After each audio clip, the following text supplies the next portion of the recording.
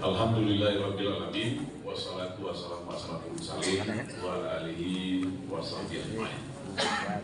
Segala puji dan rasa syukur mari kita sampaikan kepada Allah Subhanahu wa taala, karena dengan rahmat dan karunia-Nya kita bisa dipertemukan di ruangan Sayyidah KPD dengan Bapak PJ Bupati kita, Bapak Dr.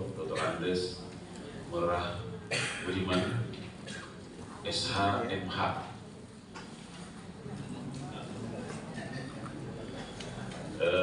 Kemudian selawat dan salam mari kita sampaikan kepada junjungan kita Nabi besar Muhammad SAW yang telah mewariskan ajaran Islam kepada kita sehingga kita bisa berada pada nuansa keislaman.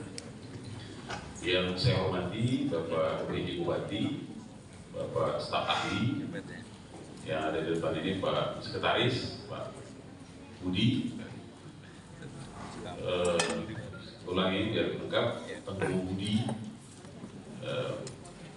Bapak Ibu, para kepala sekolah SD, SMP, kami perlu sampaikan Pak Bupati bahwa SD dan SMP